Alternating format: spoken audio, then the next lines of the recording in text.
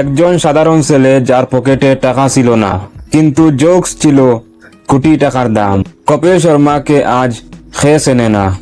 পাঞ্জাবের এক ছোট শহরের ছেলে, ছোটবেলায় গান গাইতে ভালোবাসতেন, কিন্তু জীবনের বাস্তবতা তাকে হাসাতে শিখিয়েছিল। The great Indian laughter challenge জেতার পর কপিল শুধু কমেডিয়ান থাকেননি, তিনি একটা ব্র্যান্ড হয়ে গেছেন। কমেডি নাইটস উইথ কপিল শুরু করলেন নিজের টাকা দাঁড় করে, আর সেই শো তাকে বানিয়ে দিল ভারতের সবচেয়ে দামি কমেডিয়ান।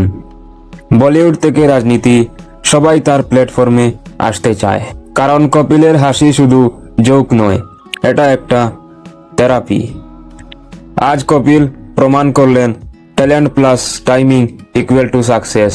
বন্ধুরা, এই ধরনের ভিডিও পাইবার লাগে আমার এই চ্যানেলটা সাবস্ক্রাইব, লাইক, শেয়ার হইলেই বা। ধন্যবাদ।